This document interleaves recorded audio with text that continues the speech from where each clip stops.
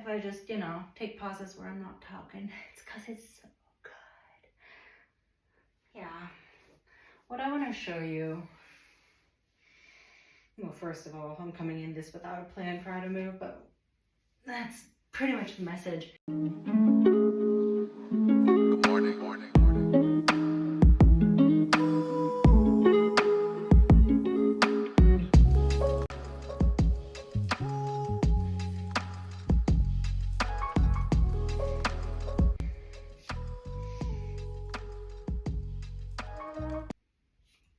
Oh yeah, and sometimes that's just all it takes.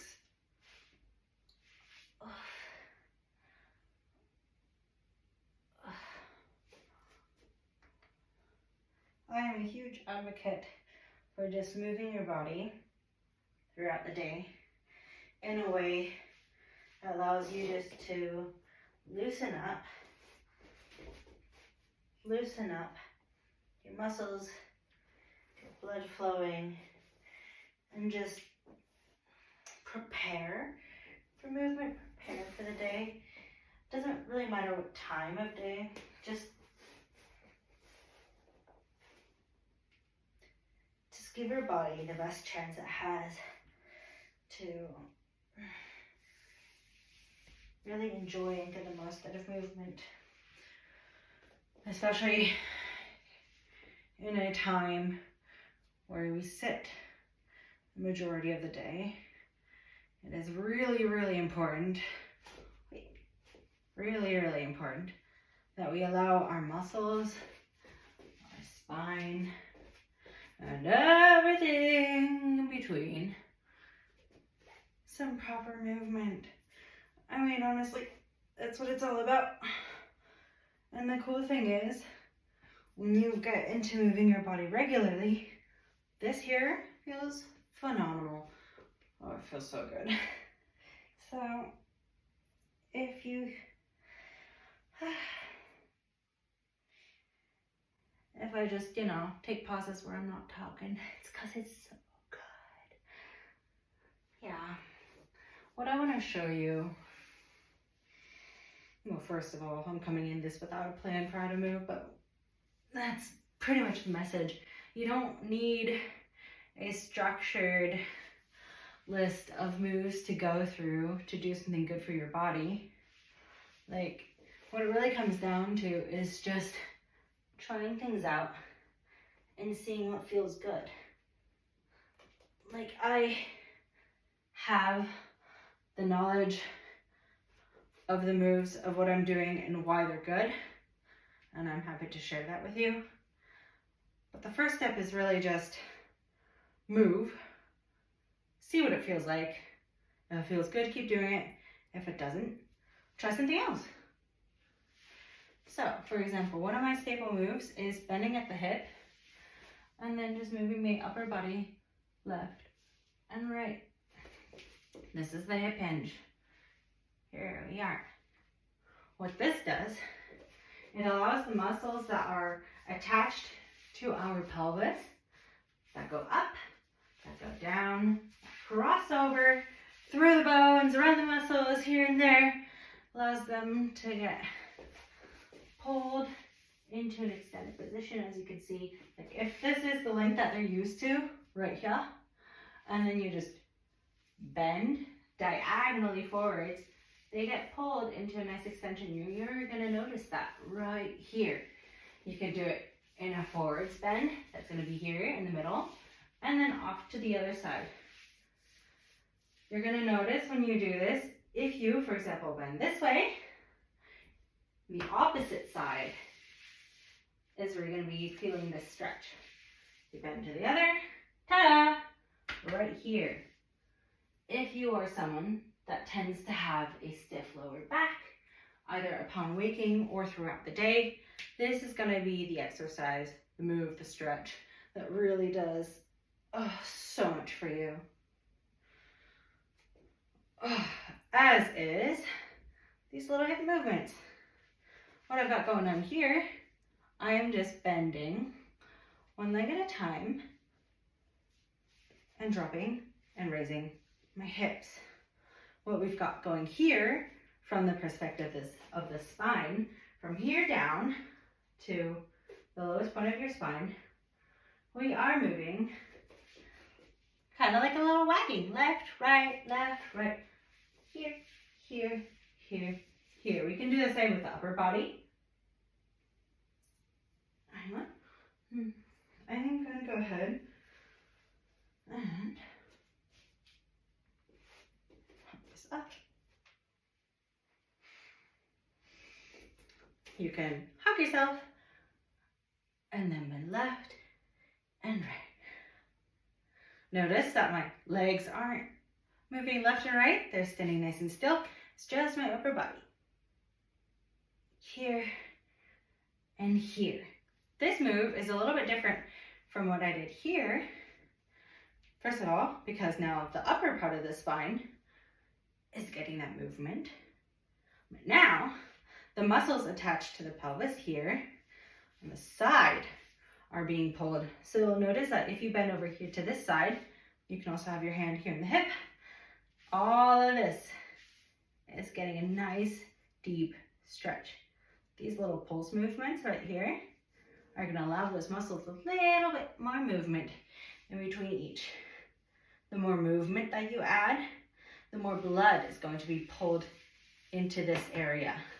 The more blood that then back into the hip hinge we did a moment ago, the more blood that then comes to these areas that you're stretching, the more oxygen is delivered, and oxygen allows for a nice healing and is pretty much the nutrition that your cells need for what they got going on. Lots and lots of benefits, plus it feels incredible. Oh yeah. So my go-to throughout the day and in the morning is anything I can do in this portion of my body, including but not limited to, let's do this next, get into a slight squat. What I mean with that is we have our feet hip width apart. We're gonna sit down slightly, but starting at the hip, bend forwards so our back is nice and straight, and then push your butt down as if here's a chair. We're gonna make sure that our knees do not pass our toes so that we have this nice stable position. So from here, circle your hips. Just remember this is what it looks like from the side. Here, and then circle the hips. This may take some practice. I've got a mirror that I'm looking at right here, and it is my best friend when it comes to movements like these, and I highly recommend that you try it as well, because what I noticed when I first started doing something like this is that my body was pretty well, was able to get this right swing in pretty well here, you know, lots of experience dancing. But then when I got to this side here, it would just go straight. Do a nice swing over here and then go straight. I said, we do not want an imbalance. I want to see, can I get a nice swing here? And for that, the mirror definitely helps, because if you do moves like this, off into the distance without knowing what your body is actually doing, you might miss the opportunity of doing it correctly. I'm going to show you several different sides. So I hope you're doing this with me. And if you do, we're about to switch sides. Notice, do you have a side that is easier to get in a circle? Back into the nice dip here. Why are we actually doing this little bit of a squat here? For multiple reasons. One is, it's a great exercise. It's pretty much the half squat. It's got all the muscles training that you need for a squat, which is benefit after benefit after benefit. But it is also, since we have this hinge right here, we are now relieving this lower portion of your spine, the portion of your spine that receives the most amount of pressure, that carries the most amount of weight from your upper body, is now has less of that weight on, because now my body weight is being pulled down this direction and not directly down. So from here, we now have more mobility in this portion of our spine. I've now changed the circle. More mobility here in this bent position than if I were to stand upright and try it. It's not impossible. It's just a lot more difficult. The circle gets smaller. If you want to practice smaller circles, try it upright. If you want bigger ones and more bang for your buck, and especially if you're starting out, I would suggest get into the squat. Again, making sure that the knees do not pass the toes. Why? Well, if you just do the squat and go straight down and your knees pass your toes, you're gonna notice it here in your knees a lot. Why? Well, the weight from your upper body gets transferred here over your thigh or through your thigh into your knees, right here. And if you do not already have knee issues, do it like this.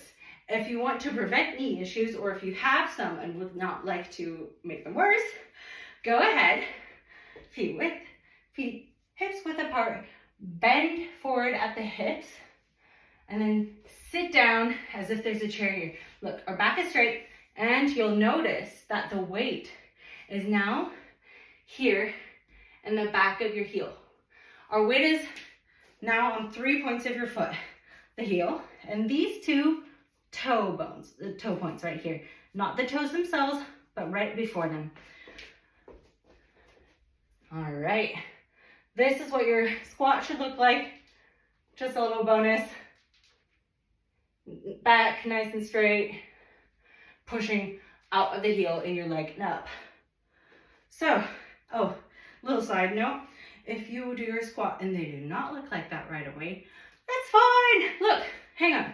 If you can only go down this far, like a few centimeters, and that's all you can do right now, awesome. You now have a starting point with which you can work. We don't all need to start maximum low and then do that right from the start. I couldn't even do that. I had to work up to this position over some time by allowing the muscles in my legs to get used to this.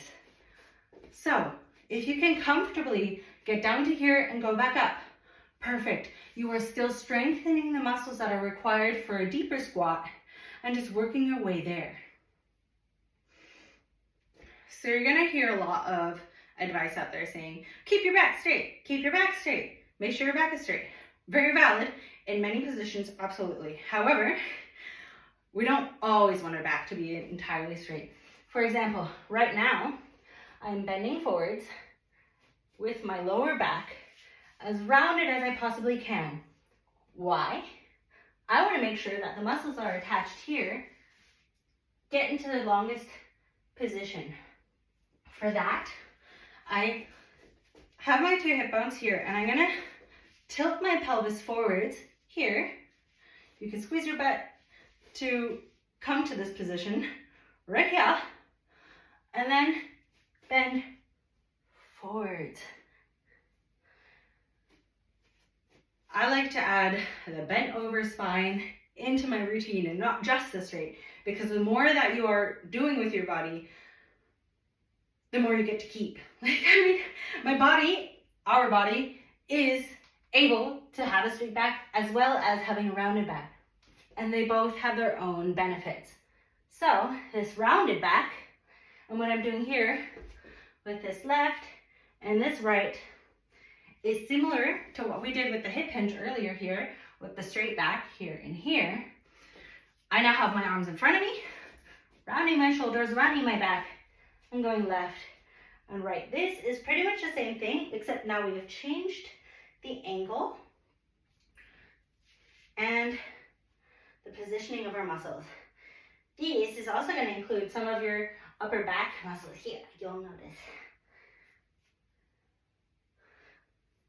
The cool thing I have discovered about movement is that you can have, it's endless. You can have so many different ways of targeting certain muscles, and you can have a move that is similar like this, and then all you gotta do is change the angle, and all of a sudden you hit completely different things.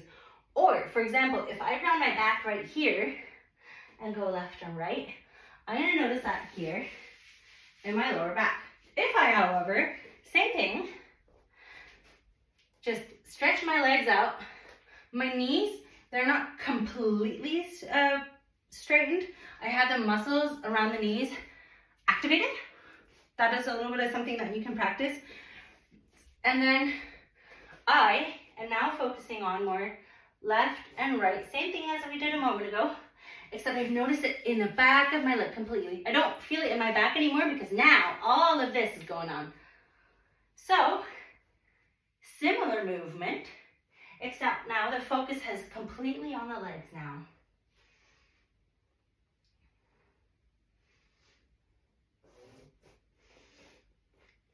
You can also have your hands in front of you and do this interchanging leg bend.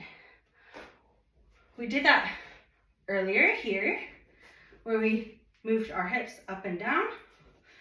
This, in a bent over forwards position, doing this, is basically the same move, like that, except we have now changed the angle of this and our muscles are being pulled in a slightly different length because of this. Like if you could imagine this upright standing, the muscles of your body are used to this. This is like, yeah, the standard every day, I get this. This is like my go-to, my usual. And then all of a sudden you bend in half, like what? All of this gets pulled in a length. And if you do not spend any time bending and stretching like this, you're gonna have a whole bunch of parts of your body that says, what the fuck? And that's okay, it's okay. Like I was a victim of long years of not doing anything, and then when I started stretching my back or stretching my body, it hurt. It no longer hurts. I mean, yeah, there are points where you're like reaching your limits where it's like, okay, I notice I now have reached this flexibility and now it hurts. But that range has just expanded so much because I kept on going up until where I noticed, hold on, pull back, and then try again another time. Whatever you're working with now, if you can get about here and then all of this is like, oh my fucking God, then stay here, dude. Like only go until your muscles say, ah! And then pull off. Go into it, up, pull back. Go into it, pull back. And if this is all you can do right now, perfect, awesome. Look, right now my legs are saying, oh yeah, that's a full stretch, huh? Are there people on this planet that can go way further? Absolutely. Have they had a little bit more practice? Absolutely. Can you do it too? Sure. Does it have to be today? No, of course not. Just do what you can today. So even though I have my legs straight, I got the muscles around my knees engaged, which means all of this is nice and tight. And the muscles in the back of my legs are getting a nice deep stretch. Again, this little bit of a pulse that I've got going on here is allowing the muscles to expand and contract, which is then pulling a nice amount of blood to this area, which is then also going to help with the overall flexibility of what you're working towards. Another cool thing about angles is that we have our feet straight right here in most of these exercises, but as soon as you turn your feet out, you have now changed the position of your leg in your hip bone place. It's been a moment since I've done this in English. Anyway, so you are now turning your leg out. And imagine I would have like two colorful things on my buttocks. Like if I turn my leg out like here, the part of my buttock that is now facing you is going to be slightly inwards. Same with this, slightly inwards. So we are now reaching different portions of muscles just by the way we have our feet placed. And then if you start stretching like this, you're going to notice that, oh my God. See, the thing is, if you ever have any questions like, I don't know what you mean with that, try it. Your body's going to give that signal loud and clear. So just by turning your feet outwards in this nice little ballet or penguin foot position and then bending forwards, woo! And just allow your body to get used to this.